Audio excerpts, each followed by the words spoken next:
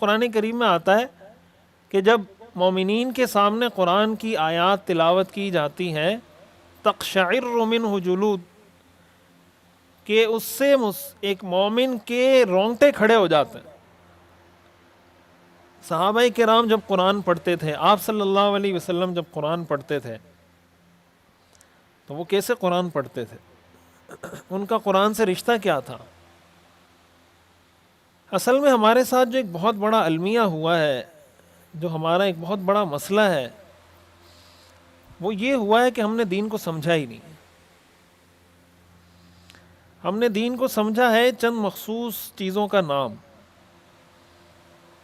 آپ اگر کسی کو کہیں بھائی آپ اپنے شادی کے طور طریقے اسلام کے مطابق کر لیں، شادی اسلام کے مطابق کریں، تو وہ آگے سے یہی سوچتا ہے کہ یار شادی کا کیا لینا دینا ہے مولوی صاحب کے۔ مولوی صاحب کو بولو آؤ نکاح پڑھاؤ اور واپس نکل لو۔ مولوی صاحب کو یہ باتیں کہ آپ کو کیا پڑی ہے کہ بھائی شادی میں ناچ گانا نہیں ہونا چاہیے، ڈانس پارٹی نہیں ہونی چاہیے، یہ ہمارا پرسنل میٹر ہے، آپ کا کیا لینا دینا ہے اس کے ساتھ۔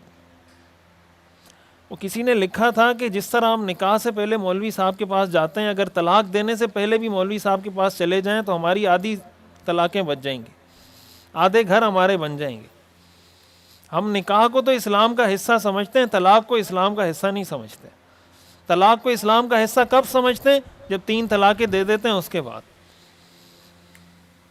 تو جس طرح نکاح سے پہلے مولوی صاحب کے پاس جاتے ہیں کہ مولوی صاحب نکاح پڑھاتے ہیں، تو طلاق سے پہلے بھی اگر مولوی صاحب کے پاس چلے جائیں کہ مولوی صاحب میں طلاق دینا چاہ رہا ہوں، طلاق کا یہ طریقہ ٹھیک ہے یا غلط، تو اگر اس سے گائیڈنس لے لیں گے آپ کا گھر بچ جائے گا۔ لیکن یہ کب ہوگا؟ یہ اس وقت ہوگا جب آپ اس کو اسلام کا حصہ تو سمجھیں، جب آپ کو یہ پتا ہو کہ غصے کی حالت میں بھی شریعت کے کچھ احکام ہیں جو مجھ پہ لاگو ہوتے ہیں۔ ہمارے ہاں تو غصے میں لوگ کیا اول فول نہیں بکتے، خدا کا انکار کر دیتے ہیں، قرآن کا انکار کر دیتے ہیں۔ آپ اس کو کہو بھائی یہ قرآن میں لکھا ہوا، کہتا ہے میں کسی قرآن کو نہیں مانتا۔ بھائی لوگ آتے ہیں ہم سے مسئلہ پوچھتے ہیں کہ کسی مسلمان نے یہ کہہ دیا، اب کیا حکم؟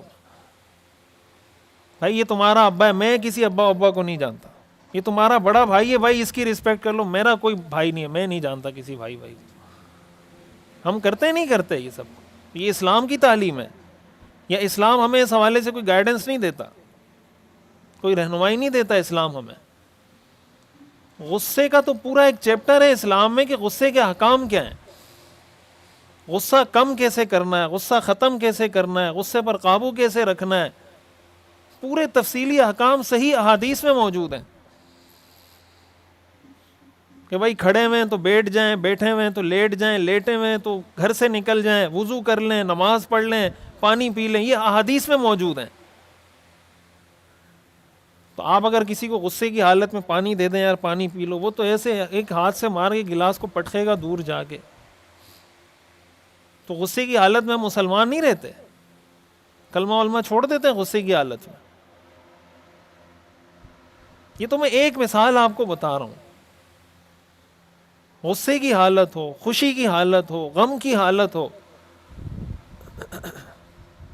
ان مواقع کو ہم دین نہیں سمجھتے۔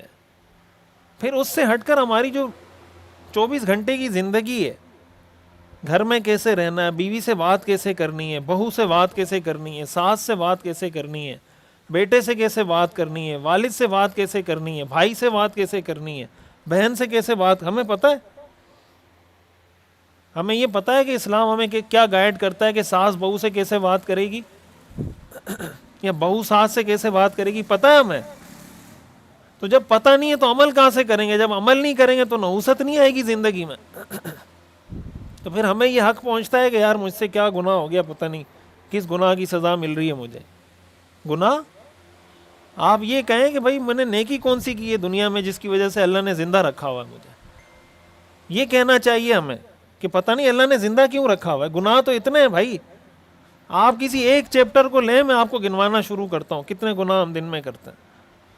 مسئلہ تو یہی ہے کہ ہم نماز پڑھ کے سمجھتے ہیں میں بزرگ بن گیا، میں نیک بن گیا۔ یہ بزرگی کے غلط معیارات ختم کرنے ہوں گے۔ اسلام کا جو صحیح بزرگی کا معیار ہے، جب تک اس کو اختیار نہیں کریں گے ہمارے مسائل حل نہیں ہوں گے۔